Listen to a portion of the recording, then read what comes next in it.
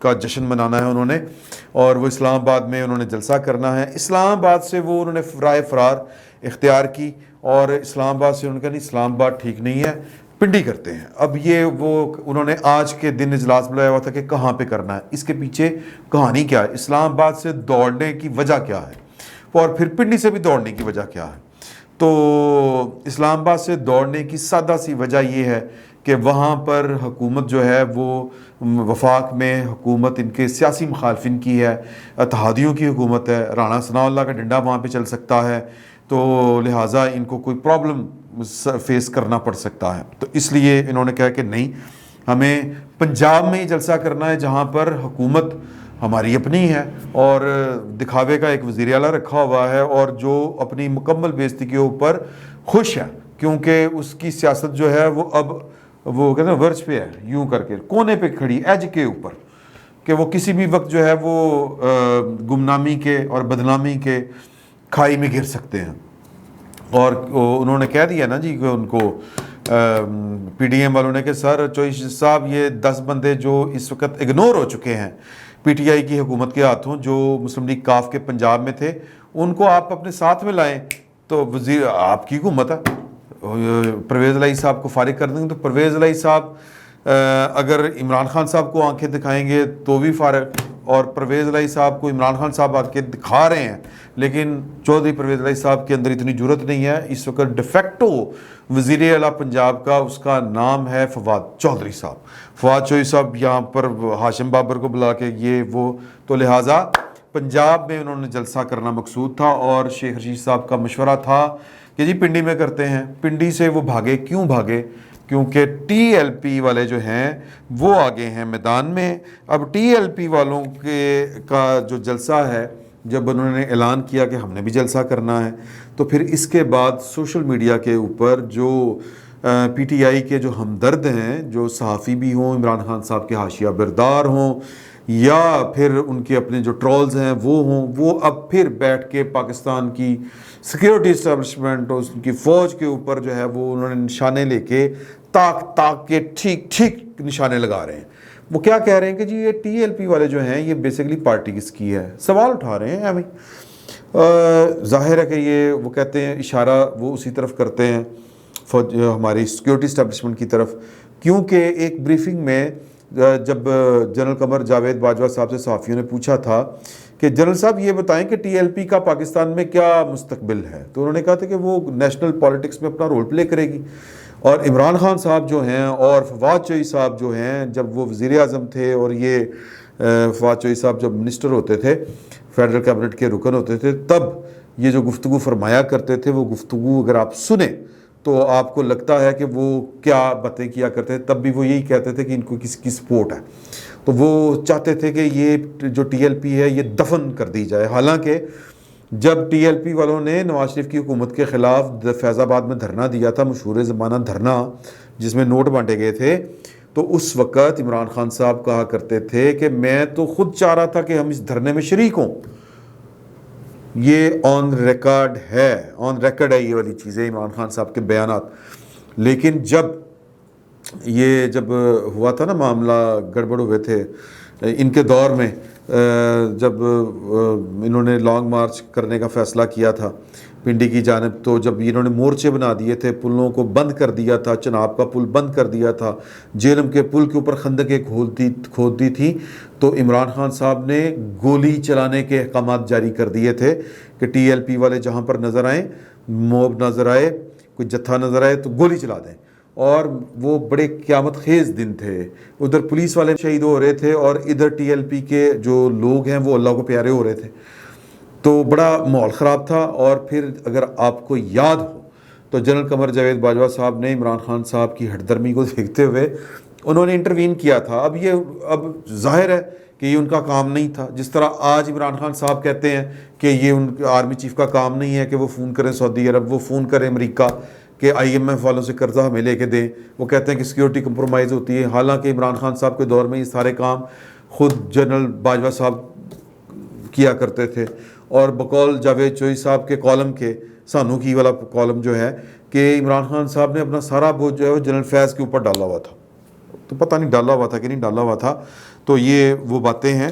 تو اب وہ اشارتاً یہ باتیں کر رہے ہیں کہ سر دیکھیں کہ یہ ہمارا جلسہ خراب کرنے کے لیے پاکستان کی اسٹیبلشمنٹ کیا چال چل رہی ہے. ویسے کہنے کو یہ پولیٹیکل ہیں لیکن یہ کر کیا رہے ہیں؟ وہ سر وہ کر یہ رہے ہیں، میں کسی کی وکالت نہیں کر رہا ہوں. اندر کھاتے جو ہے ہمیں تو جو خبریں آ رہی ہیں وہ تو آ رہی ہیں اسی طرح کی کہ پرویز الہی صاحب کو فون کیا، انہوں نے کہا ہمیں بھائی ہمارا کوئی تعلق واسطہ نہیں. باجوہ صاحب نے کہا 2 دفعہ کال کی، 2 دفعہ یہ کہا. ISI والے آج جس طرح وہ فیصل آباد میں پریس کانفرنس کرتے ہوئے رانا ثناء اللہ صاحب کہہ رہے تھے کہ وہ ہم نے یہ JIT بنائی ہے، یہ سرفراز صاحب لیفٹیننٹ جنرل سرفراز شہید صاحب کے اوپر شہادت کے اوپر جس طرح کر کے ٹرولنگ کی گئی پاکستان کی فوج کی، کہ اس کے اوپر وہ ایک بات کر رہے تھے اور وہ بات مل گئی. یعنی میں بھی جو یہ والی بات کہا کرتا ہوں کہ ہمیں یا جس کو بھی پاکستان کی، وہ کہتے ہیں ماں سوائے سیاسی کردار پاکستان کی فوج کا، اس کے علاوہ پاکستان کے 22 کروڑ عوام میں شاید ہی کوئی بندہ آپ کو ملے جو پاکستان کی فوج سے نفرت کرتا ہو. پولیٹیکل کردار کا معاملہ اور ہے، یہ بات ذہن میں رکھیں. لیکن یہ کہ اور PTI والوں کا کیا معاملہ ہے، وہ کہتے ہیں کہ پولیٹیکل کردار ادا کیا جائے اور ہمیں اپنا بغل بچہ بنایا جائے. یہ لڑائی ہے، اور صرف اتنی لڑائی ہے کہ اچھا بھلا کام جاری تھا، باجوہ صاحب نے غیر سیاسی ہو گئے، ہمارا ساتھ چھوڑ دیا، تو یہ انہوں نے غلط کیا ہے. تو میں صرف یہ کیس یہ ثابت کرنا چاہ رہا ہوں کہ جب پولیٹیکل کردار کے اوپر ہم تنقید کیا کرتے تھے، جس طرح رانا ثناء اللہ صاحب نے کہا، اور رانا ثناء اللہ صاحب بھی جب تنقید انہوں نے کی تھی تو ان کی یہ بھویں کاٹ دی گئی تھیں، ان کی مونچھیں کاٹ دی گئی تھیں، ان کی بال سر کے مونڈ دیے گئے تھے، گنجا کر دیا گیا تھا انہیں، اور بڑا تشدد کیا گیا تھا. تب بھی وہ کیا تھا، پاکستان کی فوج براہ راست سیاست میں ملوث تھی. پرویز مشرف صاحب اقتدار پر قابض تھے. تو یعنی جب بھی یہ والا موقع ہوتا ہے، اور یعنی کہ موقع سے مراد یہ ہے کہ جب بھی پاکستان کی فوج کوئی سیاسی کردار میں ملوث ہوتی ہے اس کے اوپر تنقید ہوتی ہے، اور جب تنقید ہوتی ہے تو پھر یہ جو خفیہ اداروں والے ہیں یہ بلا کے ہم جیسے صحافیوں کی میرا مطلب ریڑ لگا دیا کرتے ہیں، کاندنا ہے جی. تو وہ ہمیں تو اس طرح کی کوئی کال نہیں آ رہی، کیونکہ اب کوئی سیاسی کردار اس طرح سے ہے نہیں. لیکن ان کو یہ لگ رہا ہے کہ سیاسی کردار ہونا چاہیے. اب یہ جو TLP والے ہیں وہ وہاں پر جلسہ کر رہے ہیں، PTI والے باور یہ کروانے کی کوشش کر رہے ہیں، ان کے دوست اور ان کے صحافی، کہ TLP والے یعنی کہ تحریک لبیک پاکستان والے کسی کے اشارے کے اوپر، یعنی کہ پاکستان کی فوج کے اشارے کے اوپر، سیکیورٹی اسٹیبلشمنٹ کے اشارے کے اوپر یہ سیم ڈے جلسہ کر رہے ہیں پنڈی میں کہ بھئی اتنے کڑمس وجے، اتنے فساد ہوئے، اتنے یہ ہو، تو یہ تاثر دینے کی کوشش کر رہے ہیں. اب اگر آپ یہ گڑبڑ کہاں سے ہوئی کہ جب خبریں آنا شروع ہوئیں کہ جی کہ PTI 13 اگست کو پنڈی میں جلسہ کرے گی، تو ان کے سیکرٹری ہیں انفارمیشن امجد رضوی صاحب، انہوں نے کہا کہ جی کہ ہم انڈیا سے آئے ہوئے ہیں، ہم نے 1 مہینہ ہو گیا ہوا ہے، وفاقی حکومت کو درخواست دی ہوئی ہے کہ ہم نے نظریہ پاکستان مارچ کرنا ہے، جلسہ کرنا ہے پنڈی میں، تو ہمیں وہاں پر جلسہ کرنے کی اجازت دی جائے. اور جو PTI والے ہیں وہ آپ کے زیادہ چہتے ہیں کہ انہوں نے آپ سے اجازت بھی نہیں لی اور اعلان کر دیا جلسے کا، اور آپ کہہ رہے ہیں کہ جی کہ پریڈ گراؤنڈ میں چلے جائیں، وہاں پہ چلے جائیں، ہم آ رہے ہیں پنڈی، ہم نے کرنا ہے جلسہ. تو یہاں پہ سے جو وہ کہتے ہیں نا کہ عمران خان صاحب دلیر، ان کی پارٹی بڑی دلیر، وہ جتنی کہ دلیر ہے وہ نظر آ گیا، وہ پنڈی چھوڑ کے بھاگ کے لاہور آ گئے. اچھا، حالانکہ پہلے اسلام آباد چھوڑا وفاقی حکومت سے ڈرتے ہوئے، پنڈی آئے کہ پنجاب میں ہماری حکومت ہے، تو پنجاب میں جلسہ کرنے نہ کرنے کی اجازت جو ہے، یعنی کہ پنڈی پنجاب کا حصہ ہے، وہ تو پرویز الہی صاحب نے دینی ہے، ہاشم بخت صاحب نے دینی ہے اجازت. فیڈرل گورنمنٹ کا تو چکر ہی کوئی نہیں ہے. سمجھے اس بات کو؟ تو جرت نہیں ہوئی کہ ان کو ہم کہیں کہ جی کوئی اجازت نہیں ہے گی، چلو دوڑ جاؤ تو ہم نے جلسہ کرنا ہے. جرت نہیں ہوئی. وہاں سے اٹھے ہیں اور لاہور آ گئے ہیں. یہ گراؤنڈ جو ہے اپنا ہاکی گراؤنڈ، لاہور کی ہاکی گراؤنڈ نہیں، ہاکی اسٹیڈیم ہے، یہ قذافی اسٹیڈیم کے ساتھ ہے. کوئی 40 سے 45 ہزار بندے کی کیپیسٹی ہے اس میں. گراؤنڈ ہے وہ علیحدہ سے ہے، 5-10 ہزار بندہ وہاں پہ آ جائے گا. ایک اچھا جلسہ ہو سکتا ہے. اور اب سوال یہ پیدا ہوتا ہے کہ یہ تو سمجھ آ گئی کہ یہ لاہور کیوں شفٹ کیا انہوں نے جلسہ. اب سوال یہ پیدا ہوتا ہے کہ جلسہ کرنے کی ضرورت کیا پیش آئی؟ کیا محض آپ نے 14 اگست کا جشن منانا ہے، مومنٹم بنانا ہے، یا یہاں پر عمران خان صاحب کو اعلان کریں گے؟ عمران خان صاحب یہاں پہ اعلان کریں گے، زیادہ چانس اس کا ہے، اور وہ کریں گے لانگ مارچ کا. کیوں کریں گے؟ کہ پنجاب میں ان کی حکومت ہے، کے پی کے میں ان کی حکومت ہے، اور یہ صوبائی مشینری جو ہے وہ اس کو یوز کریں گے. پولیس ان کے ساتھ ہوگی، کوئی ان کو فیض آباد چوک تک روکنے ٹوکنے والا نہیں ہوگا، ادھر اٹک کے پل تک پشاور سے ان کو کوئی روکنے ٹوکنے والا نہیں ہوگا. یہ پوری بدماشی کے ساتھ، پورے زور کے ساتھ، پوری آب و تاب، پوری جان کے ساتھ یہ نکلیں گے اور اسلام آباد کے اوپر چڑھائی کریں گے. سر جی لیکن مسئلہ یہ ہے کہ اس دفعہ یہ چڑھائی نہیں ہو سکے گی. بالکل وہ 25 مئی والا سین جو ہے وہ مجھے رپیٹ ہوتا ہوا نظر آ رہا ہے کہ سر وہ بیبے مر گئی جڑی دودھ نال روٹی دیندی سی. آج ایک ٹرانسفر ہو گئی ہے، اور اس سے پہلے کچھ ٹرانسفرز ہو چکی ہیں، اور وہ جو اس سے پہلے ٹرانسفرز ہوئی تھیں وہ بڑی معنی خیز ٹرانسفرز تھیں، اگرچہ وہ خالصتاً پروفیشنل بنیادوں کے اوپر تھیں، لیکن ان کے سیاسی مطالب بھی نکلتے ہیں، ان کا کوئی نہ کوئی میسج اور بھی جاتا ہے. تو عمران خان صاحب کے لیے حالات جو ہیں وہ حلوہ حالات نہیں ہونے، یہ میں آپ کو بتا دوں. اور عمران خان صاحب کے جو ووٹر سپورٹر ہیں، اور ان کے جو جس کو ہم کہتے ہیں نا وہ والے کمانڈو ٹائپ اسٹریٹ فائٹرز، کی بورڈ واریئرز ایک علیحدہ بات ہے، لیکن یہ جو اسٹریٹ پاور والا جو ہوتا ہے نا، آپ کی جو اسٹریٹ پاور والا جو ووٹر ہوتا ہے آپ کا، یا کارکن ہوتا ہے، وہ ایک علیحدہ بات ہے. تو سر بہت کٹ پڑی، شدید کٹ پڑی ہے. آپ بھول جائیں گے کہ یہ پنجاب پولیس ہماری ہے، آپ بھول جائیں گے کہ جی کہ پنجاب میں حکومت ہماری ہے، کے پی کے میں حکومت ہماری ہے. سر آپ کی یہاں پر حکومتیں بھی ہیں، پولیس بھی آپ کے کنٹرول میں ہے، سارا کچھ ہے.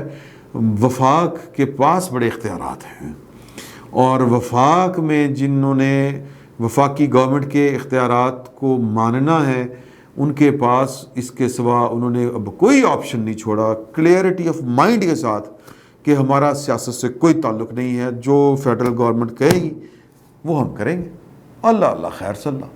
تو عمران خان صاحب جو ہے وہ سوچ سمجھ کے اگر انہوں نے کرنا ہے تو یہ کریں. طارق جمیل صاحب والی بات، یعنی کہ لانگ مارچ کا اعلان اور وفاق کے اوپر حملہ، سر یہ انٹرنیشنل معاملہ ہے، آئی ایم ایف ہے، یہ سعودی عرب ہے، یہ پاکستان کا خزانہ خالی ہے، کنستر کھڑکا ہوا ہے، اور آپ کو کون اجازت دے گا کہ آپ جناب وفاق کے اوپر یوں کر کے حملہ کریں، اور دنیا کہے آپ کو کہ یہ تو جناب ان کے اندر انریسٹ ہے، ان کو کیوں پیسے دیں ہم، ان کے ساتھ تجارت کیوں کریں ہم، ان کے یہ پاکستان کا بیڑا غرق کرنے کی اجازت آپ کو کسی نے نہیں دینی. سمپل از دیٹ، اس کو سمجھ جائیں. اچھا جی، میں گیا طارق جمیل صاحب کے پاس ملاقات کے لیے، تو طارق جمیل صاحب نے گفتگو کرتے ہوئے بڑی چھوٹی سی بات ہے، اور کہا کہ جی کہ دیکھیں نا کہ وہ منڈیاں لگ گئیں، لوگ بک گئے، کوئی باتیں ہو رہی تھیں، تو وہاں پر انہوں نے پولیٹیکلی والی بات کر دی. میں نے کہا مولانا اسلام میں بہتان کی سزا بڑی سخت ہے، اور آپ کے پاس ثبوت کوئی نہیں ہے، کیونکہ ابھی تک یہ الزام محض الزام ہے، عمران خان صاحب نے لگایا ہے، پی ٹی آئی والے لگا رہے ہیں، اور ثبوت کسی کے پاس نہیں ہے. ثبوت وہ ہوتا ہے جو عدالت مان لے کہ ہاں جی یہ ٹھیک ہے. تو اب آپ کیا کہیں گے؟ انہوں نے کہا اس کو کاٹ دو، اس کو کاٹ دو. اب یہ ہمارے پاس اسٹاک فوٹیج بھی پڑی ہوئی ہے جس میں یہ ساری بات ہوئی تھی، اور میں اخلاقی بنیادوں کے اوپر باؤنڈ تھا کہ میں اس کو چھپا کے رکھوں بات کو، لیکن اب چونکہ مولانا صاحب نے یہ والی بول ٹی وی پر بیٹھ کے امیر عباس صاحب کے ساتھ بات کر دی، امیر عباس صاحب بھی ان کو یہ باور کروا دیتے نا کہ سر یہ بہتان ہے، اور بہتان کی سزا بڑی سخت ہے اسلام میں، اللہ کے رسول نے بڑا سختی سے حکم لگایا ہے اس کے اوپر. تو جو مولانا ہیں وہ بیک آؤٹ ہو جاتے، وہ فوراً کہہ دیتے کہ اچھا سوری. لیکن مولانا صاحب کو میں نے اندر سے اس دن جب ملاقات ہوئی میری، وہ زندگی کی پہلی اور ابھی تک کی آخری ملاقات ہے. مولانا جو ہیں وہ ایک نمبر جو ہوتا ہے نا آدمی. میری گفتگو ہوئی انجینئر محمد علی مرزا صاحب کے ساتھ، میں ان کے ساتھ، اور بھی بڑے عالم دین ہیں، میں صرف چونکہ انٹرویو ان کا کیا ہوا ہے، تو جب وہ کچھ تھوڑی سی سخت باتیں ہوئیں، وہ ریکارڈڈ تھا، تو انہوں نے مجھے کہا تھا عمران صاحب یہ آپ نے کوئی بات جو ہے نا وہ جو میں نے جتنی کی ہے میں ذمہ داری لیتا ہوں، آپ نے کسی سے گھبرانا نہیں ہے، میری طرف سے آپ پر کوئی پابندی نہیں ہے، میں جو کہہ رہا ہوں میں اس کو اون کرتا ہوں. مولانا صاحب کی اگر میں بات مان جاتا مولانا طارق جمیل صاحب کی تو پھر وہ انٹرویو بچتا ہی نہیں تھا. انہوں نے وہ آپ نے دیکھا ہوگا سر جی وہ شیئر کر دیجیے گا لنک, وہ آپ دوبارہ دیکھ لیجئے گا. اور اگر وہ میں ان کی باتیں مان جاتا وہ بار بار فون کرے تھے کہ یہ بھی کاٹ دو وہ بھی کاٹ دو, پھر پیچھے انٹرویو بچتا ہی نہیں تھا. تو میں نے مولانا صاحب کو ایک ہوتا ہے نا کہ جینون آدمی, خالص آدمی, اور وہ میں افسوس کے ساتھ کہتا ہوں کہ وہ اس طرح کے میں نے نہیں پائے. تو باقی ان کی لوگوں کو ان کے ساتھ عقیدت ہے تو ہے ٹھیک ہے. باقی یہ دل کے سودے ہوتے ہیں, جن کو اچھا لگتے ہیں مولانا ان کو اچھا لگتے ہیں. ہمیں وہ کوئی پیوریفائڈ آدمی نہیں ملے, وہ خالص بندہ ہوتا ہے نا, وہ اس طرح کی شخصیت میں نے تو کم از کم ان کو نہیں پایا. باقی وہ آپ کی مرضی. فی الوقت اتنا ہی, بہت بہت شکریہ.